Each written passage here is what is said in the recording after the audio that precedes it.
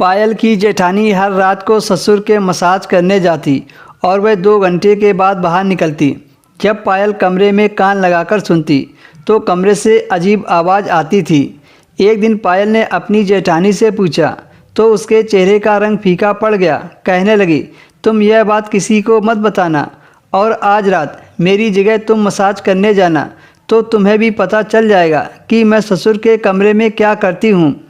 एक रात जब पायल ससुर जी के कमरे में गई तो ससुर जी ने दरवाज़ा बंद कर दिया और जैसे ही लाइट ऑन की तो पायल की जान ही निकल गई, क्योंकि उस कमरे में ससुर के अलावा पायल के ससुराल में उसकी एक जेठानी और ससुर ही रहते थे।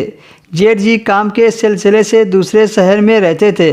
पायल ने तो उनको शादी में भी नहीं देखा था, वे शादी में भी नहीं आए थे और पायल का पति वहीं गांव में ही मेहनत मजदूरी का काम करता था। वो सुबह जाता और रात को ही वापस आता था। ऐसे में घर में वह और उसकी जेठानी ही रहती थी। एक दिन पायल ने बहुत ही अजीब देखा।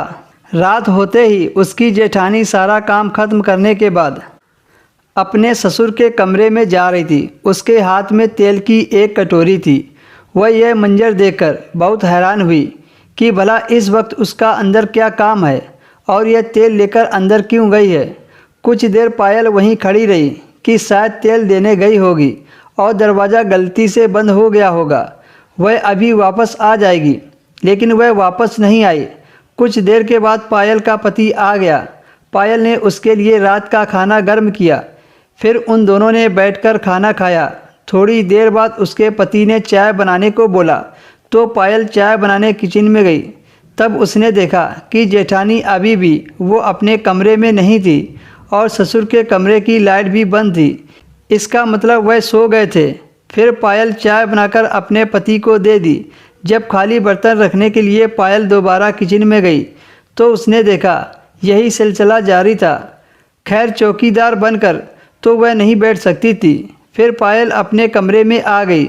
सुबह पायल ने अपनी जेठानी से पूछना चाहा पर उसकी हिम्मत नहीं हो रही थी।